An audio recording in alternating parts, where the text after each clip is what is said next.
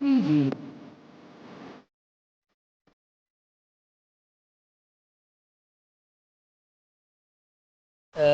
කලින් hotel ශේත්‍රයේ NVQ level course එකක් කරලා තිනවා. ඊට පස්සේ හිතුවා ඉතින් පාස්කු පාරෙන් පස්සේ ඒකත් එක්ක පාරට යමු වුණා. ඊට පස්සේ මගේම කියලා ව්‍යාපාරයක් කරන්න මං හිතාගත්තා. පස්සේ මට හිතුණා මගේම ව්‍යාපාරයක් පටන් ගත්තා නම් හොඳයි කියලා. 2017 වසරේ මේ සේවක සංඛ්‍යාව 10ක් වගේ එකතු කරගෙන මම මේ ආයතනය පටන් ගත්තා. අපි පළතුරු සහ එළවලු ඩිහයිඩ්‍රේට් කරනවා. ඊට අමතරව කෑනින් බොට්ලින් කරනවා. ඊට අමතරව පවුඩර් කරනවා සහ ෆ්‍රෝසන් විදියටත් අපි අපනයනය කරනවා. මේ වෙනකොට මට බතික් ව්‍යාපාරයක් තියෙනවා අවුරුදු 6ක විතර. නමුත් මං ඒ ව්‍යාපාරය තුලත් මම නොදන්න කරුණු තියෙනවා. ඉතින් මේ වගේ රාජ්‍ය ආයතනයක ජාතික ශිල්ප සභාව වැනි උසස් ආයතනයකට ඇවිල්ලා NVQ level 3 මට්ටමේ සහතිකයක් සඳහා තමයි මම මේ වෙනකොට ඉගෙන ගනිමින් සිටින්නේ. අපේ ආර්ථිකයේ ජීවනාලිය වන්නේ මේ අයයි. මිනිසුන්ගේ සිතුම් පැතුම් හා අවශ්‍යතා හඳුනාගෙන ඒවා තෘප්තිමත් කිරීම සඳහා පරිසර අවස්ථා නිර්මාණශීලීව උකහාගෙන සිදුවිය හැකි අවදානම් කළමනාකරණය කර ගනිමින් මොවුන් හැම විටම පවතින දේට වඩා අලුත් දෙයක් නිපදවීමට වගේම පවත්නා තත්ත්වයට වඩා උසස් ආකාරයෙන් යමක් වෙළඳපළට ඉදිරිපත් කිරීමට උත්සාහ දරනවා. අද වන විට සන්නිවේදන හා තාක්ෂණික දියුණුවත් පාරිභෝගික ඉල්ලුමේ වර්ධනයත් හේතුවෙන් ඇති වී තිබෙන තරගකාරීත්වයේ සීඝ්‍ර වර්ධනය නිසා පෙර නොවූ ලෙස දේශීය ව්‍යවසායකයන්ගේ අවශ්‍යතාවයත් පැන නැගී තිබෙනවා. නව රැකියා උත්පාදනයේදී මෙන්ම පවත්නා රැකියා අවස්ථා ව්‍යාප්ත කිරීමේදී ඔවුන්ගේ දායකත්වය ඉතා වැදගත් මෙහෙවරක් සිදු කරනවා. රටේ පවත්නා ගැටලුවලට සාර්ථක පිළිතුරක් වශයෙන් සක්‍රීය ව්‍යවසායකත්ව සංස්කෘතියක් මෙරට තුළ ඇති කිරීම වර්තමානයේ සිදු කළ යුතු ප්‍රමුඛ කාර්යයක් බවට පත්ව තිබෙනවා. 2048 වර්ෂයේ අපි සංවර්ධ රාජ්‍යයක් කරා යන්න වෙනවා.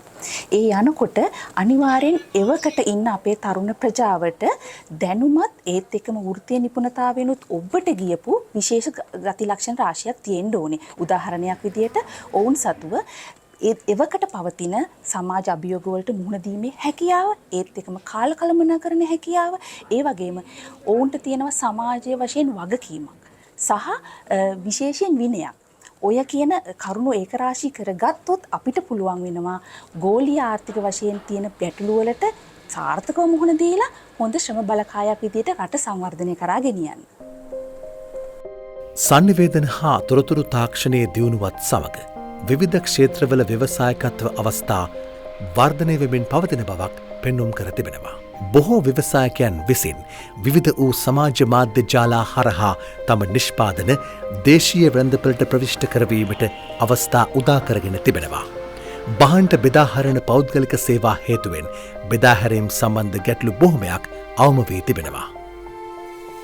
නව ව්‍යවසායකීන් සඳහා මූල්‍ය හා වෙනත් යටිතල පහසුකම් ලබා දීමට සැදී පැහැදී සිටින රාජ්‍ය හා පෞද්ගලික අංශ ගණනාවක් පවතිනවා. ව්‍යවසායකත්ව හැකියාවන් ප්‍රවර්ධනය කිරීමේ තාක්ෂණික දැනුම ලබාදීමේ අතිරේක සත්කාරක සේවාවන් මෙම ආයතන ජාලයන් හරහා නිබඳවම සිදුවෙනවා.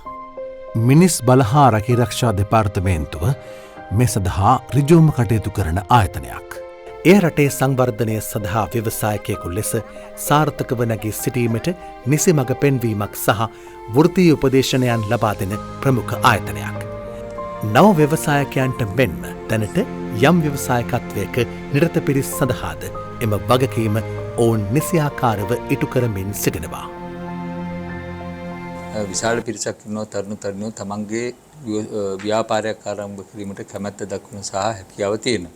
ඒ අය ඇත්තටම එළියට ඇවිල්ලා කර්මාන්ත ආරම්භ කරනවා නම් ව්‍යාපාර ආරම්භ කරනවා නම් ඒ අයට පුළුවන් තමන්ගේ රැකියාව සකසා ගැනීම රැකියා මාර්ගය සකසා ගැනීමට අමතරව තවත් පිරිසකට රැකියාව සැපයීමට ඒ වගේම රටේට නිෂ්පාදනයට දායක වීමට ඒ සඳහා තරුණ තරුණියන්ට අපි ආරාධනා කරනවා අපි සමග එක්වන්න කියලා.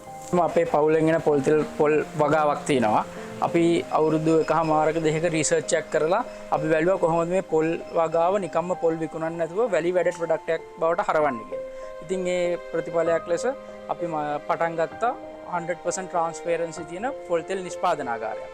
දැන් අවිස් ඕගැනික්ස් කියන බ්‍රෑන්ඩ් නේම් එක යටතේ අපි අවුරුද්දක් පුරාවට මේ පොල් තෙල් නිෂ්පාදනාගාරය කරගෙන යනවා. ඉතින් මට හිතුණා හැමදාම මෙහෙම කරලා තමන්ගේම දෙයක් ලංකාවේ යම් කිසි ස්පිරිට් එකක් එකතු කරගෙන මේ වගේ දෙයක් කරන්න. මොකද මේක තමයි ට්‍රෙන්ඩින් ඇග්‍රිකල්චර් මෙතඩ්ස් අපි ගොඩක් කරන්නේ ටෙක්නොලොජි.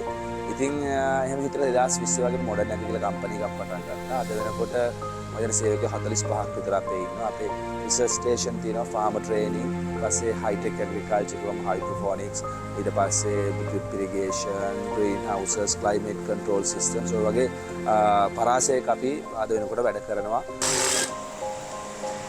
මම උසස් පෙළ හදාරා BTA එකේ වෘත්තීය පුහුණු ආයතනයේ ඇඟලු මෝස්තර නිර්මාණ ශිල්පී පාඨමාලාව හදාරා ඒන් සහතිකේ අරගෙන දැන් මගේම ව්‍යාපාරයක් කරගෙන යනවා. මම මුලින් මේ ව්‍යාපාරය ආරම්භ කරේ මගේ අම්මයි මායි එකතු වෙලා. දැන් සේවකයන් දමා මම මේ ව්‍යාපාරය සාර්ථකව කරගෙන යනවා. මම මුලින් පටන් ගන්නකොට මට මැෂින් 3යි තිබ්බේ. දැන් මම මැෂින් 8ක් අරගෙන මම වැඩ කරනවා.